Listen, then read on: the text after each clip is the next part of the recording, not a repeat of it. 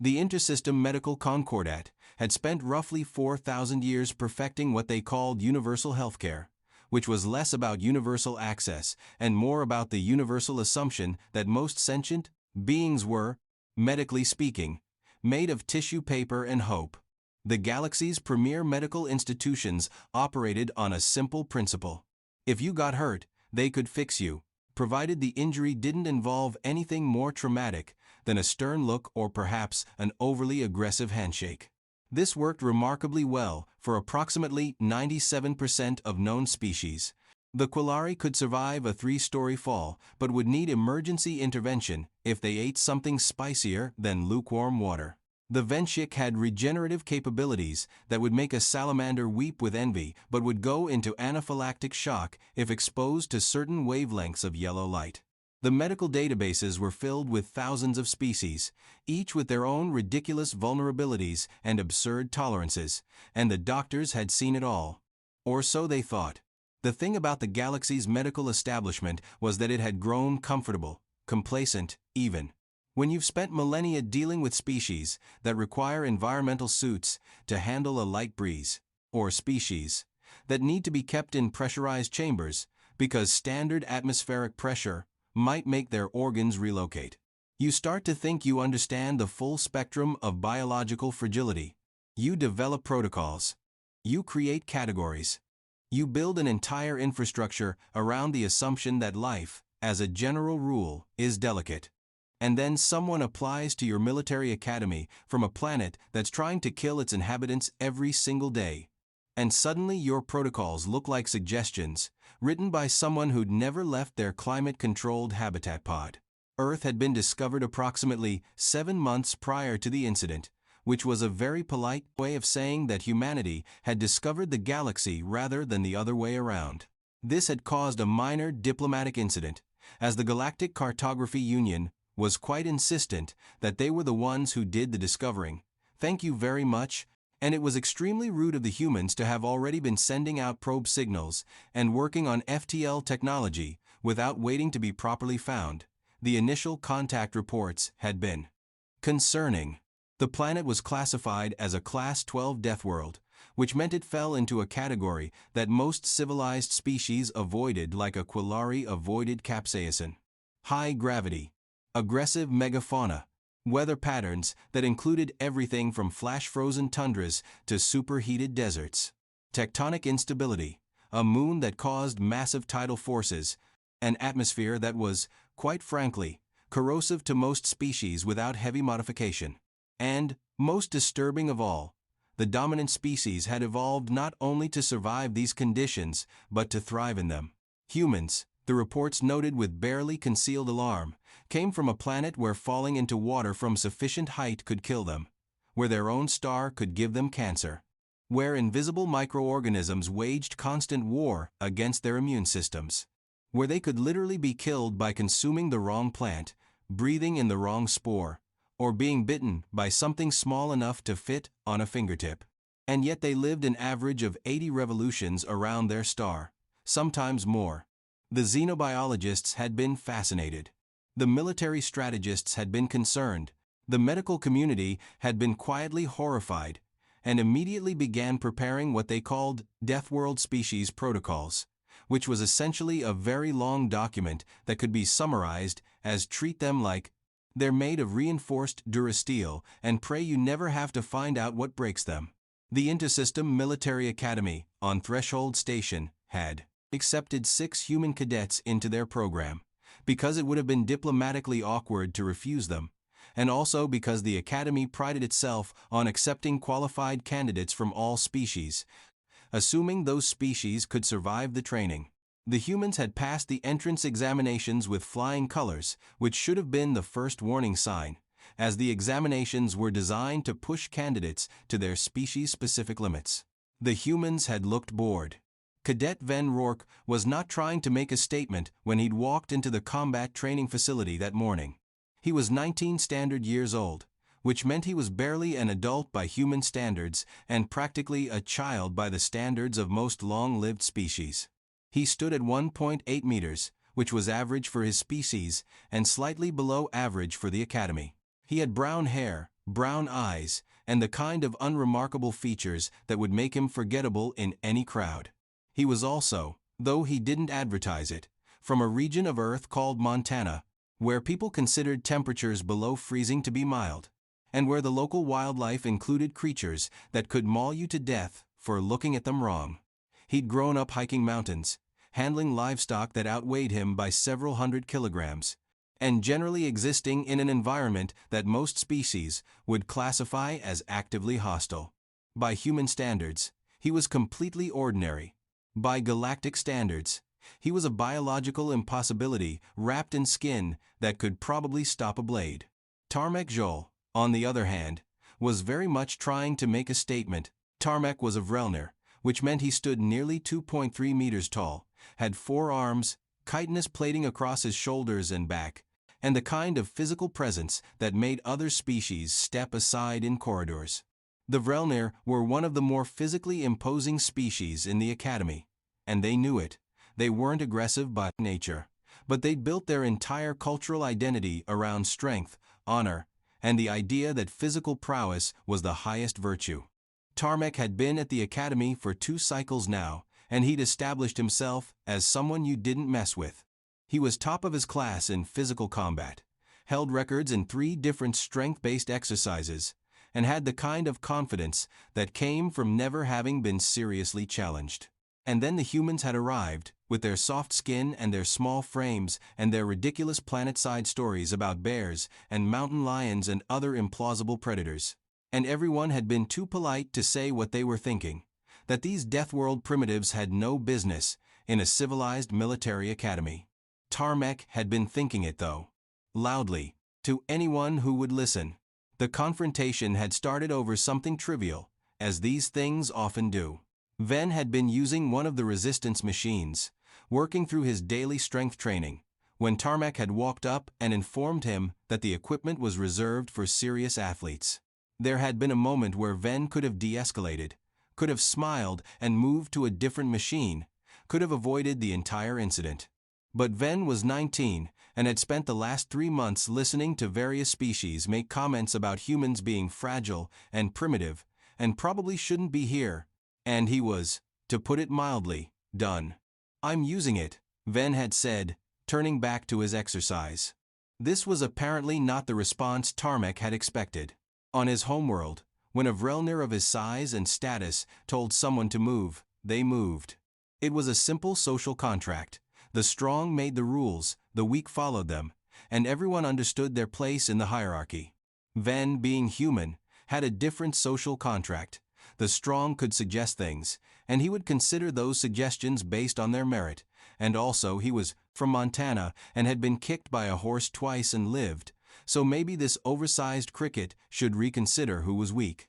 He didn't say that last part out loud, which showed admirable restraint. Tarmek's mandibles clicked in irritation. "You misunderstand, human. I'm not asking." "Neither am I," Ven replied, adding another weight plate to the machine. The thing about the Vrelner was that they were, by galactic standards, quite strong. Their musculature was dense, their chitinous plating provided natural armor, and their 4 arms gave them leverage advantages that most species couldn't match.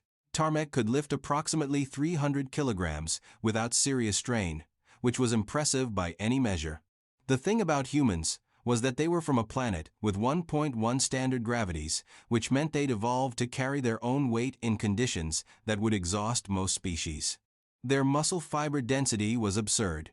Their skeletal structure was reinforced to handle constant gravitational stress. Their tendons and ligaments were biological cables that could store and release energy with terrifying efficiency. And they had a thing called adrenaline, which the galactic medical community was still trying to figure out how to classify. Was it a combat stimulant, a survival mechanism, a sign that evolution on Earth had gone terribly, terribly wrong? All of the above, as it turned out. Tarmek made his decision. He reached out with one of his 4 hands and grabbed Ven's shoulder, intending to pull the human away from the machine. It was a dominance display, the kind of thing that worked on every other species in the Academy. A reminder that size and strength mattered, and Tarmek had both in abundance. Ven's response was automatic, instinctive, and would later be described by the Academy's combat instructor as technically perfect defensive form, if slightly excessive for the situation. He turned, knocked Tarmek's hand away, and when the Vrelnir had raised another arm in what might have been a threatening gesture or might have been a precursor to an actual attack, Ven had done what any human who'd grown up with older siblings and aggressive wildlife would do. He'd punched him in the face. Not hard, by human standards. Ven would later insist, repeatedly, that he'd pulled the punch, that he'd been trying not to cause serious injury, that he'd simply wanted to make it clear that he wasn't going to be pushed around by someone who thought size equaled authority.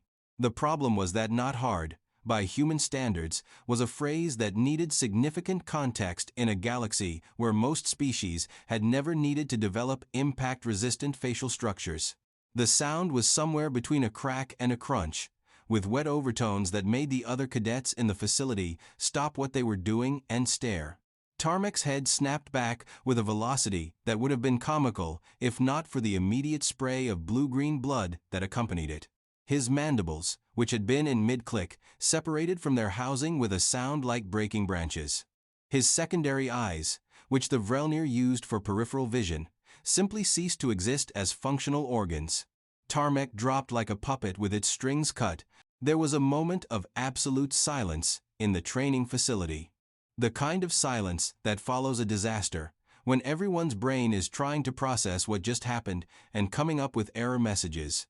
Ven looked down at his hand, which had some blue-green blood on it, and was already starting to swell slightly. He looked at Tarmek, who was making a sound like a broken ventilation system and bleeding profusely from what used to be his face. He looked at the other cadets, who were staring at him like he'd just pulled out a plasma rifle and started shooting. "Oh," Ven said, with the kind of calm that comes from shock. "Oh, that's not good." This was, in retrospect, something of an understatement.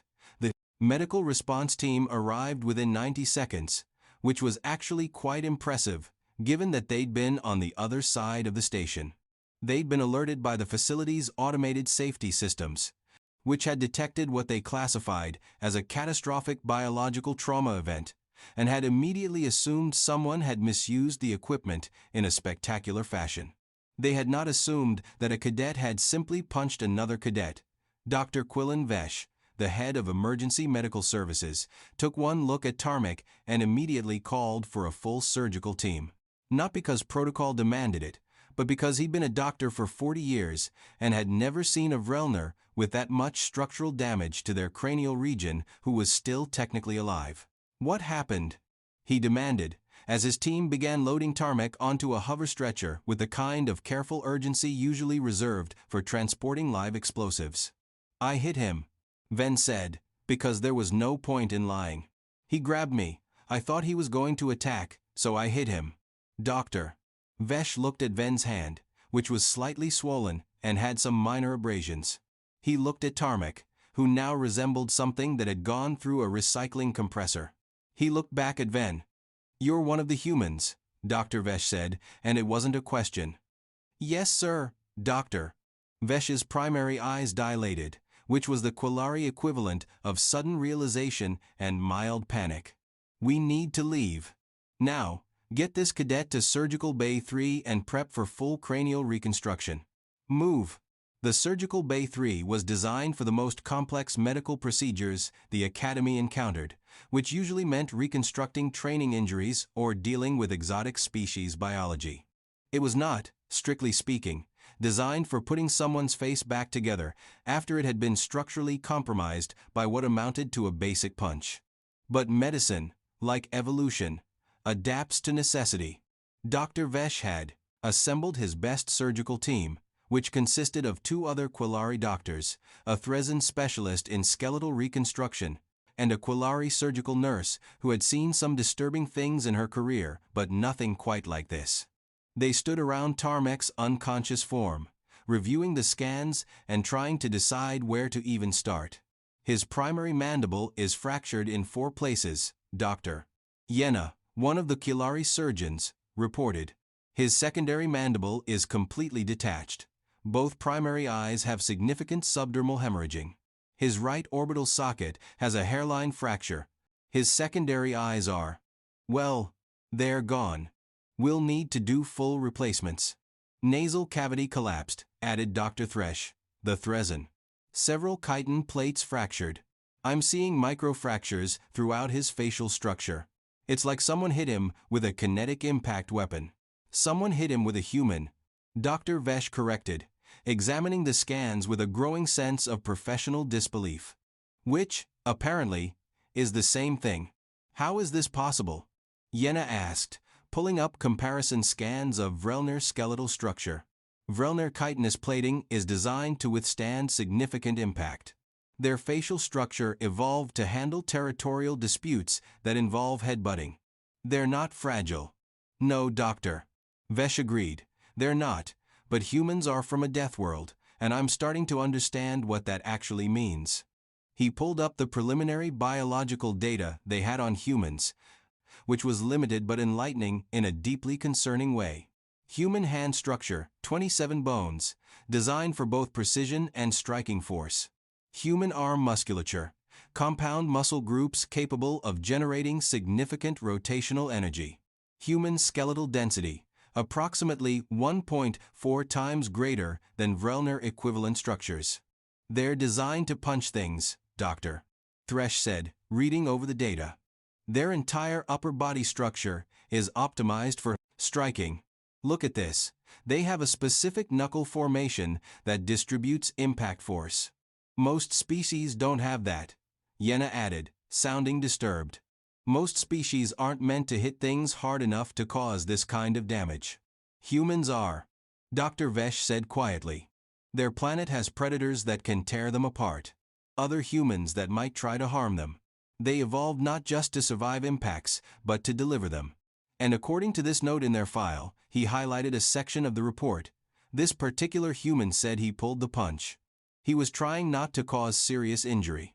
There was a moment of silence in the surgical bay as the team processed this information. We need to completely reconstruct his facial structure, Dr. Vesh said finally. Standard techniques won't work. We're going to need to use reinforced synthetic materials for the mandibles, full ocular replacements for the secondary eyes, extensive chitin grafting. This is going to take hours. Will he recover? Yenna asked. If we do everything right? Yes. He'll never look exactly the same though. We can approximate his original features, but the structural damage is too extensive for perfect reconstruction. He's going to know, every time he looks in a mirror, that a human did this to him with one punch. One pulled punch, Dr. Thresh corrected. One pulled punch, Dr. Vesh agreed. Now, let's get to work. And someone flag this incident for the Commandant. She's going to want to know that her academy now contains beings that can put other cadets into reconstructive surgery with their bare hands. The surgery took 7 hours, which was 3 hours longer than even the most pessimistic estimates. They'd had to completely rebuild Tarmek's mandibular structure using synthetic bone grafts, replace both secondary eyes with cybernetic equivalents, reconstruct his nasal cavity with a combination of cloned tissue and structural supports, and graft approximately 30 square centimeters of synthetic chitin to replace the plates that had been too damaged to save. It was, Dr. Vesh would later write in his medical report, the most extensive facial reconstruction he'd performed on a living patient who hadn't been in a shuttle accident. While the surgeons were meticulously rebuilding Tarmek's face, Commandant Riev Callis was in her office, watching the security footage for the 7th time and trying to reconcile what she was seeing with her understanding of physics. Commandant Callis was a Threzen, which meant she stood about 1.5 meters tall, had grayish-blue skin, and possessed the kind of analytical mind that had made her one of the most respected military strategists in the Intersystem Defense Coalition.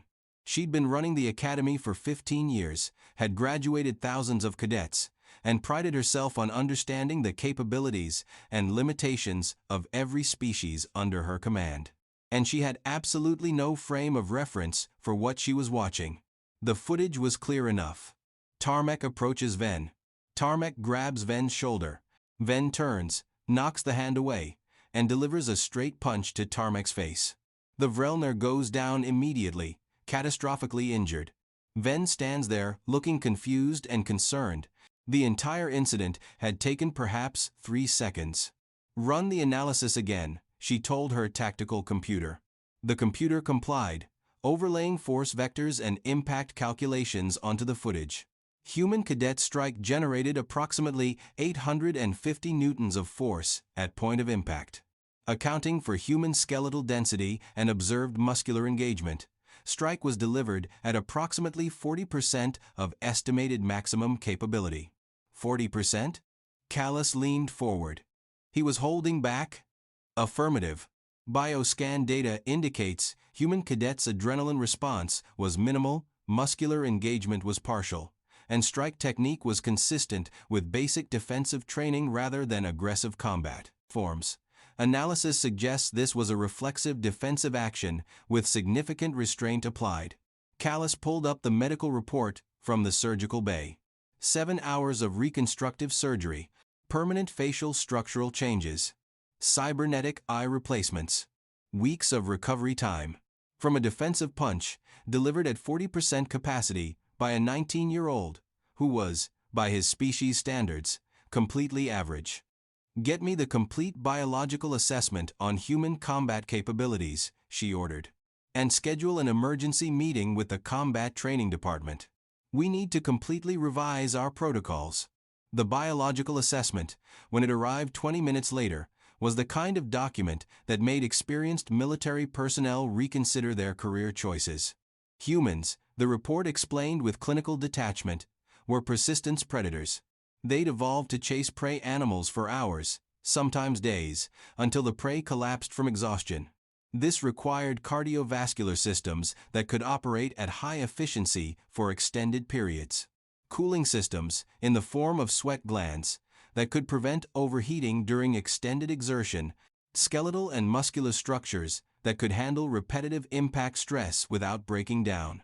But they were also ambush predators, when necessary.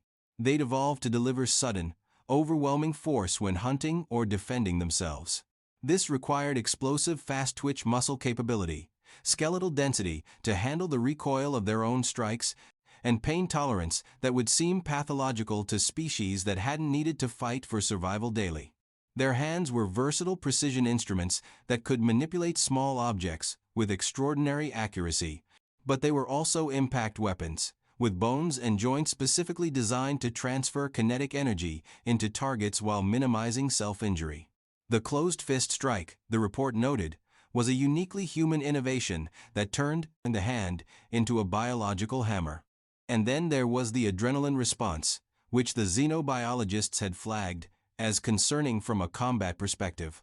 When threatened, humans experienced a cascade of hormonal and neurological changes that increased strength, improved reaction time, reduced pain sensitivity, and generally turned them into more effective fighters for short periods. This system could be triggered by anything from actual danger to social stress to competitive situations. In other words, humans had a built-in combat stimulant system that activated automatically and made them stronger and more dangerous when they felt threatened. Their weapons, said Lieutenant Morix, the Academy's head combat instructor, reading over the report. They're not just soldiers. They're designed to be weapons from the cellular level up. All species have evolved defensive capabilities, Commandant Callus said, though her voice lacked conviction. Not like this, Morix countered. He was a Vrelnir himself, and the incident had hit close to home. Most species developed armor, or size, or venom, or camouflage. Humans developed the ability to run forever and hit like kinetic weapons. That's not defense. That's offense as a survival strategy. The question, Callus said, is what we do about it. We have 6 human cadets in our academy. By all accounts, they're model students, good grades, good discipline, no behavioral problems. But we just put one of our cadets into reconstructive surgery because a human felt threatened and responded instinctively. The human, Ven, says it was self-defense, Morix noted. The footage supports that. Tarmek initiated physical contact, and by the body language analysis, was preparing to escalate. Ven responded appropriately to the perceived threat. Appropriately by human standards, Callus corrected. By our standards, he nearly killed another cadet with a basic punch. So what do you want to do, expel them? Callus was quiet. For a moment, considering. No. If anything, this incident has demonstrated that humans belong here. But we need new protocols. Separate training sessions for Deathworld species until other cadets can adapt. Required briefings on human capabilities for all students. Updated medical procedures. And we need to make it absolutely clear to everyone that physical confrontations with humans are not advisable unless you're prepared for a medical emergency. That's going to cause resentment, Morex warned. Less resentment than more cadets getting their faces rebuilt, Callus replied.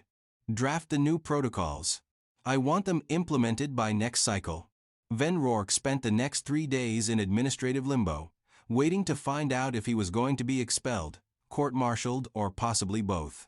He'd given his statement to Academy security, had been examined by medical personnel who'd seemed disturbed by his intact hand, and had been confined to quarters while the investigation proceeded. He'd expected consequences. He'd punched another cadet hard enough to require reconstructive surgery. Even if it had been self-defense, even if he'd held back, he'd caused serious injury. That had to violate some kind of Academy regulation. What he hadn't expected was to become famous. The incident had spread through the Academy's rumor network with the speed and efficiency of a well-designed virus.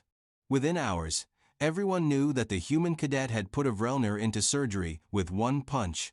By the second day, the story had evolved into the human punching through a Vrelner's face with his bare hand. By the third day, some versions had Ven killing the Vrelner and the Academy covering it up. The truth, as usual, was less dramatic but somehow more concerning. When Ven was finally called to Commandant Callus's office, he'd prepared himself for the worst. What he got instead was a very tired Thresan woman who looked like she'd spent the last 3 days dealing with a disaster she hadn't seen coming. Cadet Rourke, Callus said. Please, sit down. Ven sat, keeping his posture respectfully rigid. Commandant, I've reviewed the incident footage multiple times. I've read your statement, the medical reports, and consulted with combat specialists and xenobiologists. I've also had a very long conversation with Cadet Tarmek Joel, who is recovering and has admitted that he initiated the physical contact. Yes, ma'am. He also says you pulled your punch. That you were trying not to hurt him seriously. Is that accurate? Yes, ma'am. I grew up with 2 older brothers and we used to, roughhouse. I know how to not hit someone with full force. I wasn't trying to cause serious injury. Callus was quiet for a moment. Cadet Rourke, you are aware that what you consider not full force resulted in 7 hours of reconstructive surgery. I am now, ma'am. Do you understand that, by galactic standards, you are extremely dangerous? Ven considered this. I'm starting to, ma'am. But back home, I'm just average. My older brother could hit way harder than me. My dad's a rancher, and he once punched a bull that was charging him. The bull went down. Callus's eyes widened slightly. Your father punched a bull? Yes, ma'am. Broke his hand doing it, but the bull went down. And this is normal for your species. Well, not normal. But it happens. We're used to dealing with large animals, and sometimes you need to physically defend yourself from wildlife, or other people, or just accidents. We're kind of built for it. Yes, Callus said dryly. We've noticed. Cadet Rourke, you're not being expelled or disciplined. The incident has been ruled as legitimate self-defense. However, we are implementing new protocols regarding physical training and interactions involving Deathworld species. You and your fellow human cadets will have modified training schedules until the rest of our students understand what they're dealing with. That seems fair. Ma'am. I'm also assigning you to meet with our Xenocultural Liaison Office. You need to understand how other species perceive physical contact and threat displays, because what seems like a proportional response to you can be catastrophic to others. Yes, ma'am. I understand. Ven hesitated. How is Cadet Tarmek? He'll live. His face will look different, and he'll have synthetic components for the rest of his life, but he'll recover fully. He's also requested to speak with you. once he's cleared by medical. That surprised Ven. He wants to talk to me? Apparently, having your face rebuilt by surgeons gives you perspective, Callus said. You're dismissed, Cadet. Try not to put anyone else into surgery. I'll do my best, ma'am. Tarmek Joel was released from medical 3 weeks later, and the first thing he did was request a meeting with Ven Rourke. They met in one of the Academy's meditation gardens, which was neutral territory and public enough to prevent any misunderstandings. Tarmek's face was different now. The reconstructive surgery had been excellent, but there were signs of the artificial components if you knew what to look for. His mandibles moved slightly differently. His secondary eyes had a faint technological gleam. His chitinous plating had subtle color variations where the grafts had been applied. You look good, Ven said, because he didn't know what else to say. I mean, considering you destroyed my face with one punch, Tarmek replied, but there was no anger in his voice. Yes, I suppose I look good, considering. There was an awkward silence. I'm sorry, Ven said finally. I didn't mean to hurt you that badly. I thought I was using appropriate force. Appropriate force, Tarmek repeated, making a sound that might have been laughter. For 7 hours, I was in surgery. They rebuilt my mandibles with synthetic materials, replaced my secondary eyes with cybernetics, grafted new chitin plates, all from one punch that you considered appropriate force. I know. I'm sorry. Don't be. Tarmek settled onto one of the garden benches with a sigh. I initiated physical contact with someone I didn't understand. I made assumptions based on size and species. I thought humans were weak because you come from a high-gravity world and somehow that meant you were fragile. I was an idiot. You weren't an idiot. You were operating on incomplete information. I was an idiot, Tarmek insisted. The Vrelnir have a saying. Know your opponent before you challenge them. I didn't know you. I didn't know anything about humans except rumors. And I paid for that ignorance with my face. Another silence, less awkward this time. I've been reading about Earth, Tarmek continued. Your planet is horrifying. How do you people survive childhood? Carefully, Ven said, and smiled. And with a lot of medical intervention, we're actually pretty fragile, by our own standards. We just learn to deal with it. Fragile, Tarmek repeated skeptically. You punched me hard enough to require reconstructive surgery, and you call yourself fragile. Well, yeah. We can be killed by falls, or infections, or eating the wrong thing, or any number of environmental hazards. We're constantly fighting to stay alive. We just developed good offense as our defense strategy. The best defense is overwhelming offense, Tarmek said. That's a human military philosophy, isn't it? One of them, yeah. Tarmek touched his face carefully, feeling the new synthetic components. I wanted to tell you something. In Vrelnir culture, when someone bests you in combat, you owe them respect. You demonstrated superior capability, and you did it while showing restraint. That's worthy of honor. I don't want honor for putting you in surgery, Ven protested. Too bad. You have it anyway. And I wanted to say that I'm glad humans are here. The galaxy is going to need beings like you, I think. People who can take a hit and hit back harder. People who evolved on a planet that tried to kill them every day and survived anyway. That's a pretty optimistic take on someone rebuilding your face. My face will heal. My pride will recover. But I learned something important. Never underestimate someone just because they look different from you, especially if they're from a death world. Tarmek stood, extending one of his 4 hands. Friends? Ven looked at the offered hand, then shook it carefully. Friends? But maybe warn me if you're going to grab me again. My reflexes are still calibrated for Earth. Deal, Tarmek said, and maybe teach me some of those reflexes. If humans are going to be in the military, the rest of us need to learn how to fight like you. That could be arranged. Ven agreed.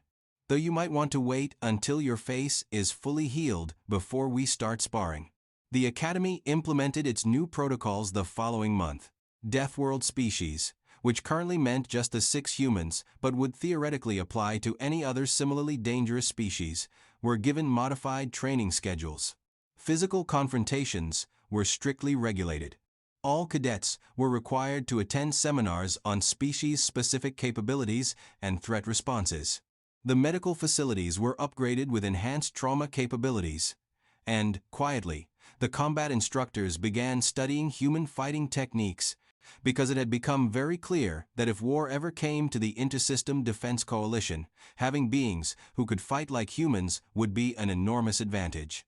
Ven Rourke completed his 4 years at the Academy with honors, never put another cadet into surgery, and graduated as one of the most respected members of his class.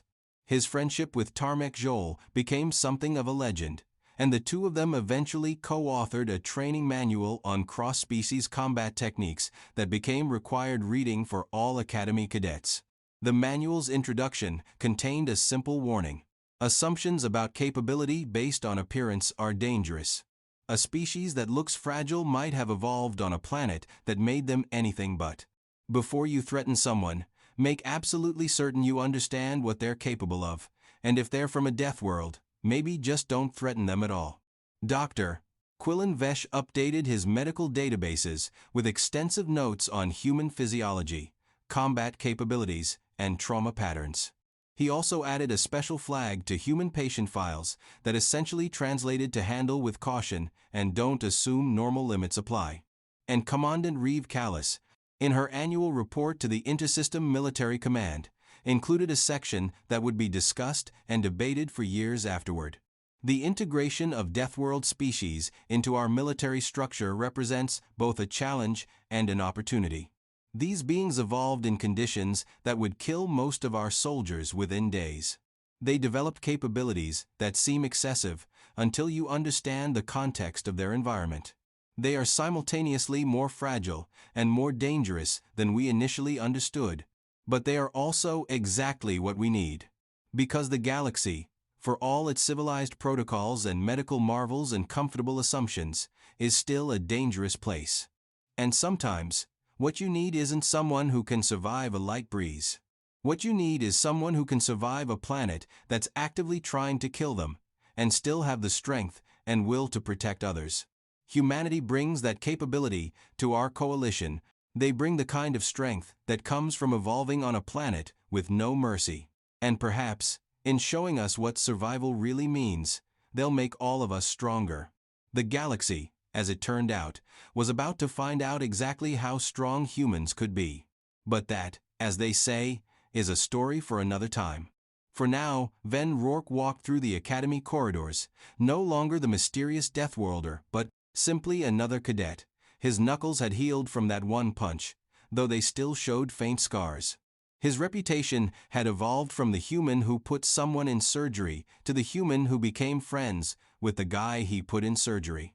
And if other species gave him slightly more space in the corridors now, well, that was just prudent risk management. After all, he was from Earth, and Earth didn't raise its children to be gentle. It raised them to survive, retry,